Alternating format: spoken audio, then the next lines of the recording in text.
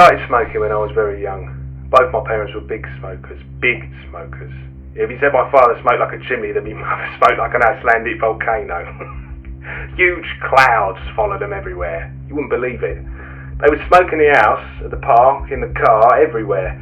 I couldn't even see their faces half the time. When I was a kid, it was funny to me, you know. They made it quite silly. My dad would blow smoke out his nose and pretend he was a dragon. And my mother, she would ask if I wanted a donut or a bagel and blow these massive rings. They seemed to float forever. I'd follow them around and stick my fingers through the holes. It was a good laugh. We also watched a lot of movies together. The old ones, black and white ones, you know. My folks loved these movies. And guess what? Everyone in the films smoked just as much as they did. I think that was part of the reason why they liked them so much. So when your dad smokes, your mum smokes, and all the actors on the telly smoke, what are you going to do? I had no choice.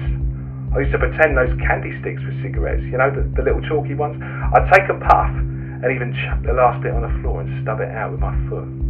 At 6 or 7, you become a mimic, don't you? You know, when it was a cold day, it was great because then you almost had the real experience. White stick in mouth, blowing out hot breath condensation, felt like the real deal. I felt like a grown-up. Then I began picking at the butts in the ashtray. I was probably 8 or 9. By 10, I was rolling my own rollies, giving puffs to the kids at school. I got told off by the teachers a couple of times, but it was a bit of a rough school, so they didn't make a big fuss of it. Then one day, I came back from school. My parents sat me down and told me my dad had shock horror lung cancer. He got very pale and very, very thin, and soon after that he died. My mum, she got very depressed. She started matching her smoking pace with a newfound thirst for drink. It wasn't nice. Long story short, she was pissed out of mind one night, fell asleep on the sofa watching a film with a fag hanging out of her mouth, of course, and the sofa caught fire and she died. I was staying at a friend's house at the time. I hesitate to say I was lucky because I sure didn't feel lucky then and I don't feel it now. I got the news the next morning and was sent to a foster home shortly after. So both my parents died from smoking related causes. I was an orphan and probably the poster boy for anti-smoking adverts. But did it make me want to quit? Quite the opposite, my friend. The plumes of smoke, the nicotine stains on fingers, the taste of tar on the tongue, these were precious to me. These were ways to keep my parents with me at all times. You can look at photos and reminisce all you want, but the smell, the taste, these are real things, you know. Real tangible things that made me feel like they were still there by my side. Almost like ghosts. Because of this beautiful nostalgia smoking gave me, I sort of chain smoked non-stop. I probably smoked 4 packs a day by the time I was 15.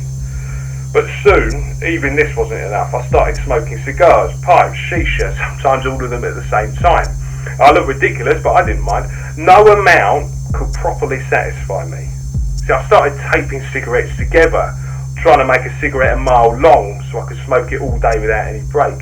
You should have seen it. It was hilarious looking back on it. My heart and my lungs were just full of sadness. Then one day I was walking through the streets of Holborn, going about some errands, and in the distance I saw this structure. I never noticed it before, just standing there, towering above all the buildings. It was monolithic. It looked like the world's biggest cigarette. Like a moth to a fag-end flame, I started to drift towards it. Like in one of those old cartoons where they get taken by the smell of a pie on a windowsill. I was bumping into people, completely oblivious to my surroundings.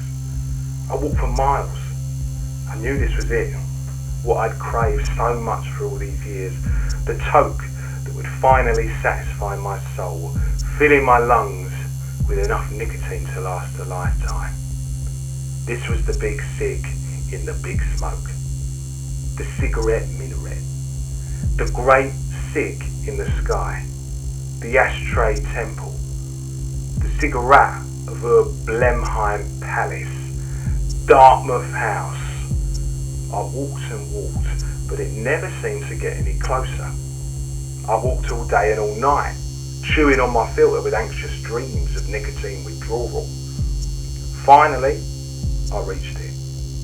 It was surrounded by palisade. Security guards patrolled the base. I went home to get my tools.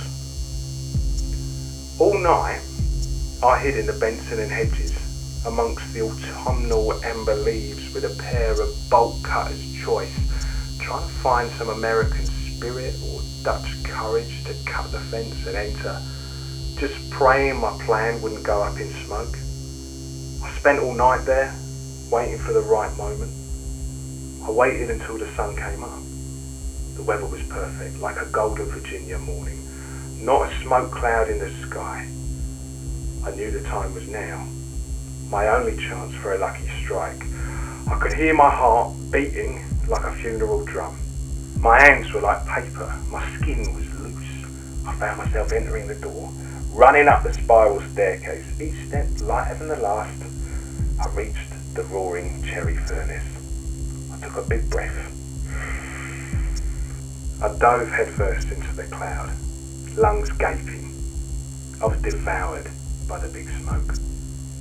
I floated into the ether.